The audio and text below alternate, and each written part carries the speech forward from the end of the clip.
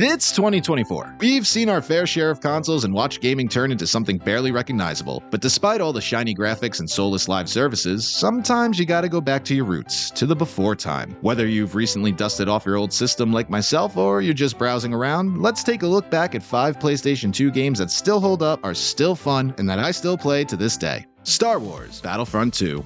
The real one, from 2005. No microtransactions, no corporate meddling. You want scale? You've got scale. Infantry battles spill across planets, while space fights rage above. Play as any faction you want. Rebels, clones, the Empire, it doesn't matter. Battlefront 2 was the first game in the series to introduce space battles, allowing players to pilot iconic ships like the X-Wing, TIE Fighter, and Millennium Falcon. You can even fly from ship to ship, land inside enemy cruisers, and sabotage them from within. A truly revolutionary experience for the time at release. And then there are the heroes. Sure, playing as a trooper is fun, but let's be honest, the moment that you take control of a Jedi or Sith, the game shifts. You become a one-man army. Big dick energy force pushing enemies off ledges, cutting through squads with a lightsaber. It's not balanced, it's not fair, but that's why it's still fun. Going back and replaying this game today, there's just still a rush from taking hold of Luke Skywalker and fighting through a rebel station like an immortal god, or the feeling of grabbing a spaceship, dogfighting in space, and then infiltrating an enemy ship and just bending them over a barrel. We should have this and so much more today, but alas, we don't. Star Wars Battlefront 2 is the top-selling Star Wars video game with over 6 million units sold. Multiple game modes, including a full story and what essentially amounts to a skirmish mode, puts this one at the top of the list. NFL Street.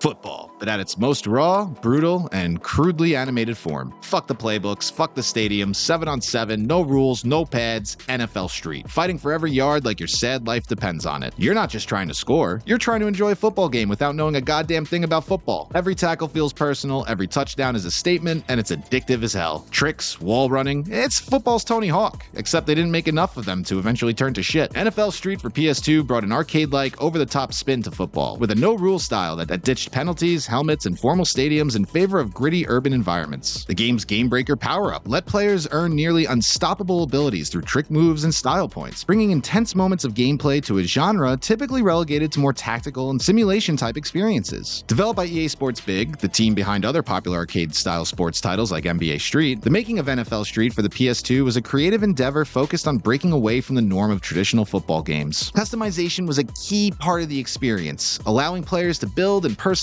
their own teams, from logos to player stats and tricks. I mean, shit, Madden still doesn't even have half this. With its distinctive style, creative environments, and a focus on big plays, NFL Street remains a beloved football game that broke away from realism in favor of unforgettable, rule-free fun. I got nothing else to say about this game. It's perfect. Go play it. Burnout 3. Takedown. This isn't a racing game. It's borderline vehicular warfare. Racing's just the pretense. The real goal? Ruin everything in your path. Ram cars into barriers, sideswipe your rivals, and unleash the chaos of full-speed crashes to your heart's desire. Every race is an opportunity to dominate, not just by winning, but by wrecking anyone who crosses your line of sight. It's got adrenaline, it's got destruction, and it's still unmatched by most modern racing games. You don't play Burnout 3 to be careful. No. You play it to watch metal collide, sparks fly, and to feel that shot of adrenaline when your takedown counter ticks up for that ultimate home wrecker. High speed, high impact. This game didn't just age well, it stayed relevant. Burnout 3 is generally celebrated for its focus on aggressive, crash-heavy gameplay, introducing the groundbreaking takedown mechanic that rewarded players for crashing opponents off the road. The game's iconic crash mode encouraged players to create massive pileups, while the new Aftertouch feature rewarded players by steering their wreckage into opponents after crashing, adding even more chaos to the mix. But if you're getting the impression this game is arcadey by the books, think again. There's a large roster of cars to unlock, places to visit across the globe, and a certain skill set when it comes to stacking up drifts and boosts that, if you can master, creates an exhilarating feeling that can be felt through each race. And the fact that everything you do in the game contributes to your overall progression really taps into the addiction factor that makes you say, just one more race, over and over again. Simply put, this game is pure fun. If you're remotely interested in fast-paced racing games, Burnout 3's visual effects, boost chaining mechanics, and unique risk-reward system makes this my go-to racing game on the system. Dynasty Warriors 4. Now here's a game that doesn't hold back. Hundreds of enemies, one battlefield. And you're the psychopathic warrior they never saw coming. A sheer power fantasy. Your goal is simple. Rack up a body count. Sure, there's some historical context here. Kinda. But let's be real. Dynasty Warriors 4 isn't about accuracy. It's about cutting through endless waves of enemies, pulling off absurd combos, making every battlefield yours, and desperately running around trying to find a fucking fruit so you don't die and have to start the level all over again. God, can't freaking hate it. Dynasty Warriors 4 is the first entry to include, and I know I'm fucking butchering this, Musu mode storylines. Muso. What?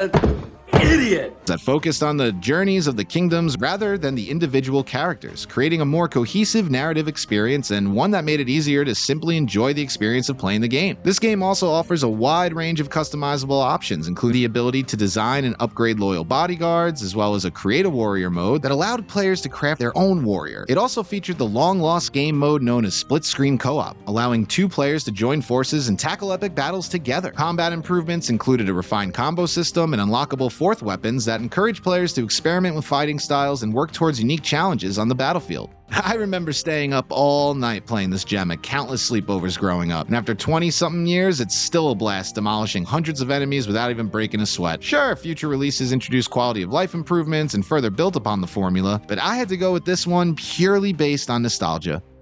Twisted Metal Black.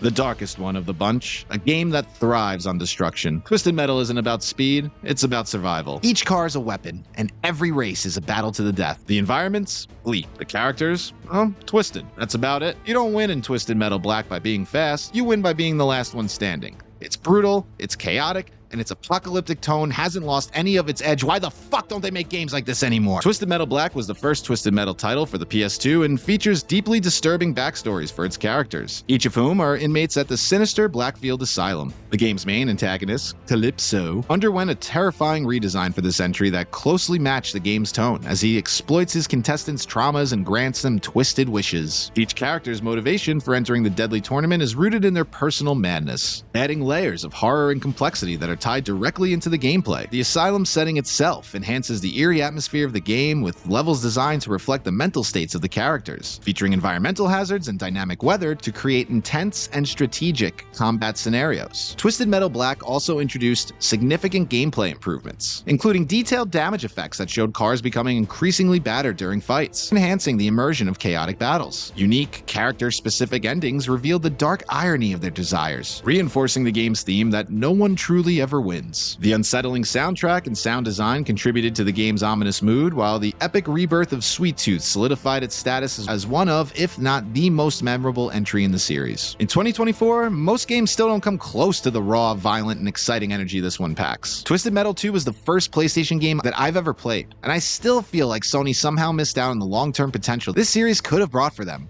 So there you have it, 5 games that didn't just survive the years, they've stayed relevant. And thanks to their core gameplay and design, they're still fully enjoyable to this day. Forget flashy graphics and constant updates, this is what gaming used to be about. Fun, recklessness, and that feeling of escaping into another world and embodying that journey through the gameplay and your imagination. If you're still chasing that feeling, these 5 games will deliver. And if you're still watching, thank you for supporting the channel. Really appreciate it. And if you somewhat enjoyed the video, please go ahead and give it a like. Really helps out. And whether you agree, disagree, or want to add on to anything I said, go ahead and feel free to let me know in the comments. Until next time, stay neat.